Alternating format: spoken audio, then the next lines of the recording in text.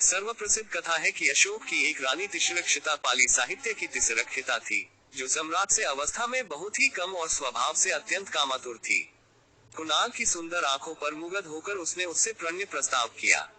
उसके पुत्र कक्ष कुणाल के लिए उस प्रस्ताव को ठुकरा देना अत्यंत स्वाभाविक था, पर तिष्यरक्षिता इसे भुला न सकी।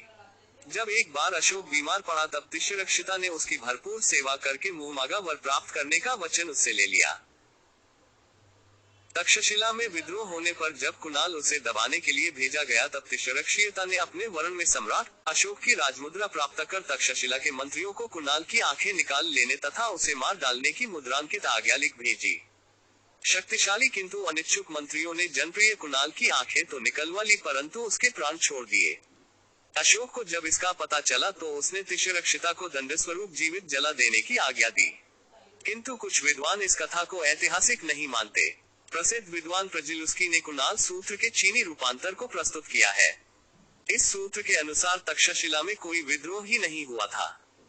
वस्तुतः कुणाल वहां की जनता की मांग पर अशोक द्वारा एक स्वतंत्र राजा के रूप में नियुक्त किया गया था।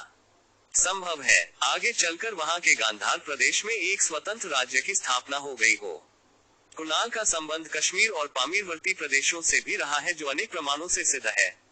कुछ पुराणों वायु ब्रह्मांड में कुणाल को अशोक का उत्तराधिकारी भी बताया गया है। वर्षों बाद कुणाल अशोक की सभा में एक संगीतज्ञ के भेष में पहुंचे। उनके साथ उनकी पत्नी कंचनमाला भी थी। जब सम्राट ने उनकी कला से प्रसन्न होकर उन्हें पुरस्कृत करना चाहा तो कुणाल अपने असली रूप में आ गए तथा राज्य के उत्तराधिकार की मांग सामने रखी। अशोक ने खेदपूर्वक ये कहते हुए मना कर दिया कि कुणाल अंधे हैं। तब कुणाल ने उनसे अपने पुत्र के लिए राजगद्दी मांगी। जब राजा ने पूछा कि उन्हें पुत्र कब हुआ तब कुणाल ने उत्तर दिया, संप्रति अर्थात अभी। इस प्रकार कुणाल के पुत्र का नाम संप्रति पड़ा और यद्यपि वह तब एक शिशु मात्र थे, उन्हें अशोक का उत्तराधिकारी घोषित कर दिया गया। अशोक के मरणोपरांत संप्रति एक शक्तिशाली राजा बने। एक ये भी कहा जाता है कि राजकुमार कुणाल ने भारत नेपाल सीमा पर मिथिला में अपना साम्राज्य स्थापित किया था। ये वही जगह हो सकती है जहां आज कोसी नदी के तट पर कुनौली पूर्व में कुणाल ग्राम नामक गांव स्थित है। गांव की रंगमंच समिति आज भी कुणाल नाट्य कला मंच के नाम से जानी जाती है। कुछ ऐतिहासिक तथा पुरातात्विक साक्ष्य भी इस दावे की पुष्टि करते हैं। कुणाल के जीवन पर वीर कुणाल नाम से एक अर्धकल्पित चलचित्र का निर्माण 1925 में किया गया था।